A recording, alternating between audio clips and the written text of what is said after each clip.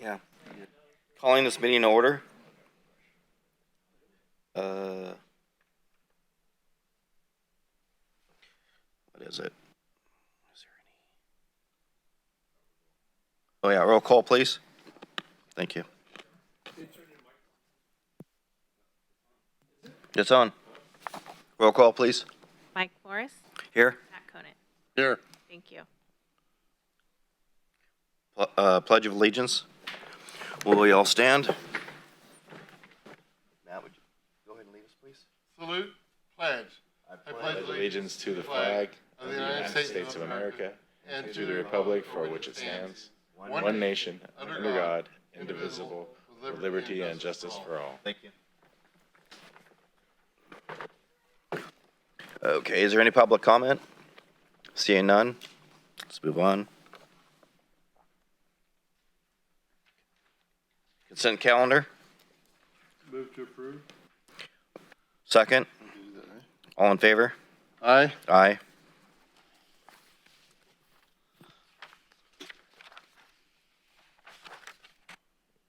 That was 1 through 3, right? One and 1 two. through 2? 1 to 2, yeah. Okay. 3 is a separate item. Yep. Information update. All right. Did you want me to just head right into it, Drew? Seth will allow you to go ahead. All right, excellent. All right, so we just wanted to take a minute with since we haven't really had a meeting in a while to give the board a brief background on where we are with the assessment district and the services agreement with Sutter Butte, and then a look ahead going forward. So just by way of a background, back in June, the board approved a fiscal year 23-24 budget and the levy of the assessment. The assessment went on the roll. It's been levied, and so I wanted to take a minute to review what LD1 and LD9 can expect in the coming months. So the board approved a budget of $2,012,566 for purposes of levying the 23-24 assessments. That set essentially the assessment rate.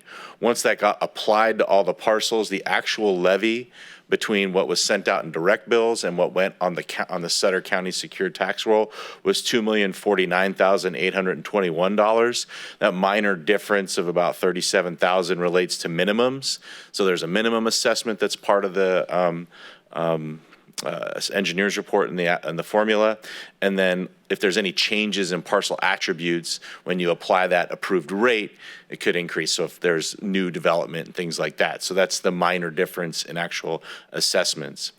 The board in May adopted a process for apportioning the collections that Frwlfa receives to LD1 and LD9. So that's what I'm going to step through now. So if you take that net levy, the $2,049,821, Frwlfa, when it receives the taxes from Sutter County on the secured roll, they're going to take their 30 cents per parcel and they charge $150 for an initial setup for a new direct charge right off the top. So you're not even going to see that money come in. What you'll end up getting is a net levy of $2,042,160 because they charge 30 cents per parcel to enroll that charge on the tax bill. So this is $7,661 is an estimate, but that's what I expect to see in terms of net levy. So We already took that in consideration, right, Seth? yes. So that's all part of the budgeting. So the first apportionment, what we're going to do for purposes of this example is assume that the assessments come in 3 installments from the county, about, for rough estimate, 45%, because you're not guaranteed the collections. I mean, if people don't pay their taxes, we're not what's called teetered, right? So we're not they're not teetering this assessment. So for purposes of this exercise, if we assume 45% is going to come in the first installment after the December 10th payments, so this would typically be received around the end of January, that number would be $918,972. In our agreement between LD1, LD9, and Frwlfa, we're going to reserve their first year of administrative expenses from that first installment. So that dollar amount was $88,647. That's going to be retained by Frwlfa before sending money to LD1 and LD9. The budget for that was made up of these items that was in the engineer's report. So there's some overhead and admin, there's budget for collection of expenses, and then there's budget for the Sabufka debt repayment. That budget was $68,644. It's going to be less than that based on the agreement between Sutter Butte and Frwlfa for the services work, and I'll get to that in a minute. So we're going to reserve that from that first installment. So the net to be distributed to LD1 and LD9 is $830,000. So what LD1 can expect approximately is $681,000 in January. The agreement between LD1, LD9, and Frwlfa has Frwlfa, as soon as it gets a check or that journal from the county of the assessments, it's got 14 days to distribute the money to the two agencies. So essentially, Drew's going to journal the money himself, from Frwlfa to LD1 and LD9 to take care of this. And then LD9's share is $148,628. So then, and if there's any money that comes in from the direct bills that we mail, we're going to accumulate those until the county sends its apportionment. So we're going to take all the money in the account, reserve $88,647, and distribute the rest based on those percentages. The same thing will happen for the second and third apportionments. Second apportionment estimated, another 45%, that's about $918,000 or $919,000. And then a final apportion, the balance, which may very well likely come after the end of the after June 30, because there's, from an accounting perspective, you still accrue for another 60 days after the end of the fiscal year. So whenever that final apportionment comes, probably in July, early August, we'll distribute the balance that way. So in total, from the levy, this is what LD1 and LD9 can expect over the three installments: $1.6 million, another $350,000 for LD9. Now, LD9's budget's closer to about $450,000. If you recall, there's another $100,000 of property taxes approximately that LD9 gets each year, and that's not accounted for here. That's accounted for as part of the LD9 budget because it comes directly from the county. So that's what we can expect for assessments for LD1, LD9. So I'll pause there if there are any questions before I move on to the next slide. Drew, you have that date in your calendar for the 14 days, right? Yes, I have to check with the county to determine exactly when they deposit that money in Frwlfa's account, but yes. Okay, thank you. So I got, through the chair, I got one question. So let's say a property taxpayer pays it late. They're assessed by the county a penalty on that. You'd get your share. That penalty goes back to you guys, right? It gets apportioned, yes. So if there are any delinquencies, this could be higher.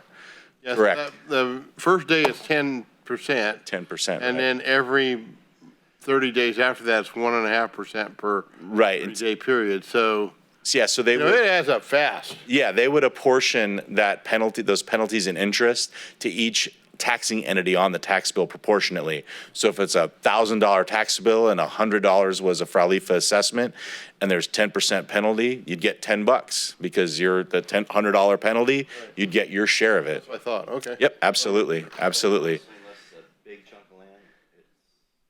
Yeah, it's usually not that much. I mean, that's why counties teeter, is because they exchange, the teeter is exchanging those penalties and interest for the guaranteed payment. And that's where a lot of counties make money on that. But yeah, in this scenario, yeah, you would get your share of any penalties and interest, but it wouldn't be, I don't think, good to budget on that. The other thing that you would budget on, no, it's just No. a bonus at the end. Right. The other thing that you also, I mean, to the extent that the money stays in the county treasury for a little while, there's some interest earned on the balances too. So there's a little bit of interest Do there. they pay that to you also? They do. Correct. So, like Sabufka tends to see, more than its collections each year because of interest from the money sitting in the funds before it's distributed. Because the county treasurer accounts for that. Because you didn't talk about that, I was wondering. No, that's right. All right. Appreciate it. So in terms of the services agreement, what I wanted to address here is the agreement between Feather River West Levee Financing Authority and Sutter Butte Flood Control Agency. Essentially, that agreement had to give a budget of up to $750,000, and those services would end with the end of fiscal year 23-24. So the services end in June 30, 2024, unless, no, not unless, that's when they would end.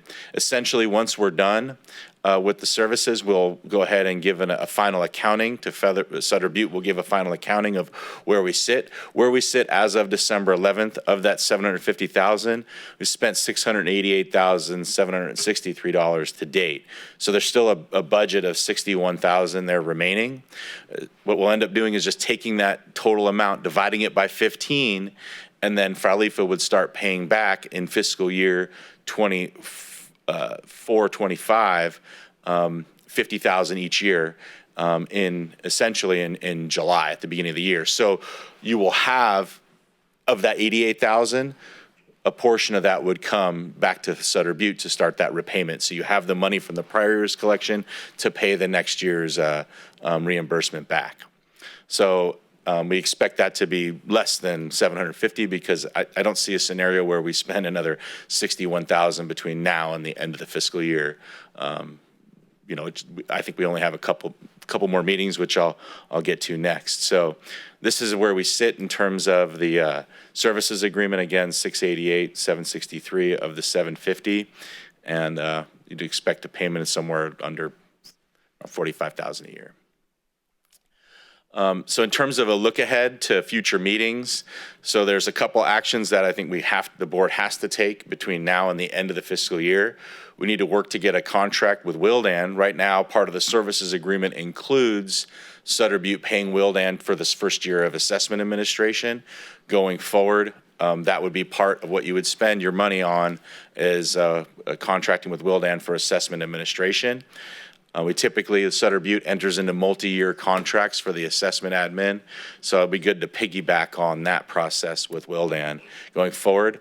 What I'd like to do is, after this, we'll reach out to Willdan, get a proposal, bring that and target bringing that to the board in February, so they have enough time to be prepared to get it on the roll by August of 24. Seth? Yeah. I know that it's pennies, but is it usually cheaper for us to do a contract with years?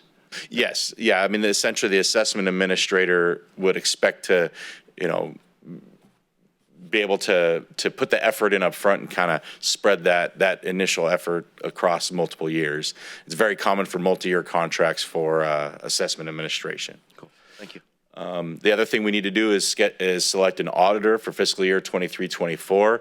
Would expect to bring that back to the board sometime in April or May, and then you'll need to approve your assessments for fiscal year 24-25 no later than that June board meeting, so that there's time to get that do the final calculations based on the budget approved by the board, and get that on the roll and submit it to the county by August 10th. So who all can we do an audit with besides county? We can do a city? we need an independent auditor. And so, the thing I would suggest is potentially looking at the same auditor that LD1 and LD9 utilize. I'm assuming you guys use the same auditor? Yeah, because you're just easier to deal with. So just piggybacking on that, hopefully we can reach out to an auditor and get a proposal. Thank you. Anything else, Drew? No, thank you. Great presentation, Seth. Thank you, Drew. Thank you, Seth. Thank you for your help in pulling this all together. I appreciate that. All right. That was all I had. Got done in 10 minutes. Meeting adjourned. All right.